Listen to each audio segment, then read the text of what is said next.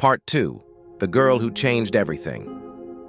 The next morning, I woke up with the girl's words echoing in my mind. Do poor people not deserve real love? They were simple words, yet they pierced my heart. I didn't know her, yet somehow I felt she was connected to our story. Something told me I needed to find her again. I walked the same streets, my eyes scanning every corner.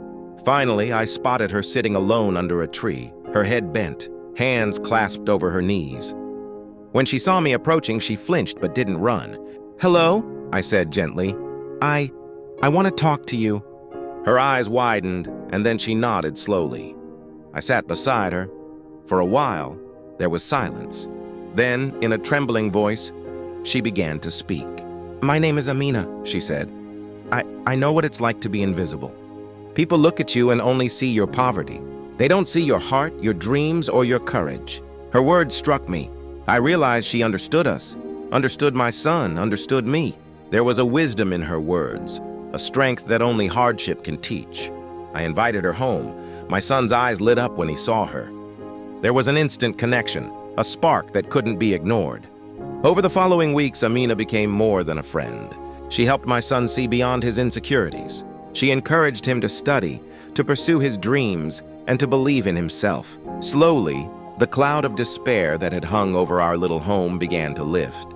Laughter returned, small smiles appeared, and hope grew in places that had long been empty. But it wasn't just my son who changed. Amina's presence reminded me of the power of courage and kindness. Even in our poverty, we could create love, respect, and dignity within our family. The doors that had once been slammed in our faces no longer mattered. One evening, as we all sat together, Amina looked at me and said softly, "Sometimes the world rejects people for what they don't have, but they never see what they do have, their heart, their courage, and their love." Her words were like sunlight breaking through the clouds. I realized that what the world had denied us, respect, acceptance, and happiness, we could create for ourselves with patience, faith, and love. Months passed. My son and Amina's bond grew deeper. She was more than a friend. She became the hope he had been missing, the partner he deserved, and a bridge to a future that had once seemed impossible. And then came the day I never thought would happen.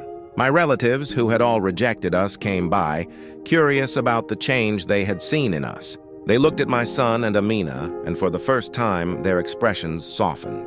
Not because we were wealthy, but because we had something richer: love, resilience, and the proof that no amount of poverty could diminish our worth. Amina had changed everything.